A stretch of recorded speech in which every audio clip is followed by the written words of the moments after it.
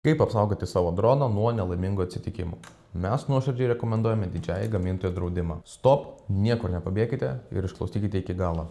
Draudimas jūsų dronui suteikia net 2 gyvybės metams. Jeigu skrydžio metu jūsų dronas atsitrenkė, nukrito, sudužo, nieko baisaus.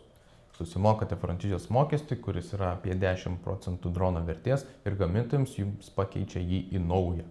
Svarbu, droną radote ir yra matomas jo serijinis numeris. Jeigu drono neradote arba neįmanoma atrasti serijinio numerio, tai tokiu atveju yra užskaitomas pametimas.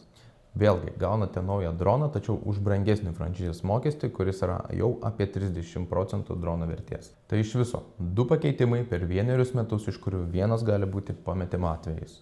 Štai vienas pavyzdys, kur Mini 4 Pro dronas skrydžio metu buvo visiškai sutraiškytas automobilio, tačiau serijinis numeris nenukentėjo ir klientas gavo visiškai naują droną. Pabaigai, visada nepamirškite būti prisijungus prie DJI Fly programėlės su savo paskyra. Tokiu būdu visada išsaugosite savo skrydžių istoriją ir turėsite įrodymų, kad nelaimingas atsitikimas įvyko būtent skrydžio metu.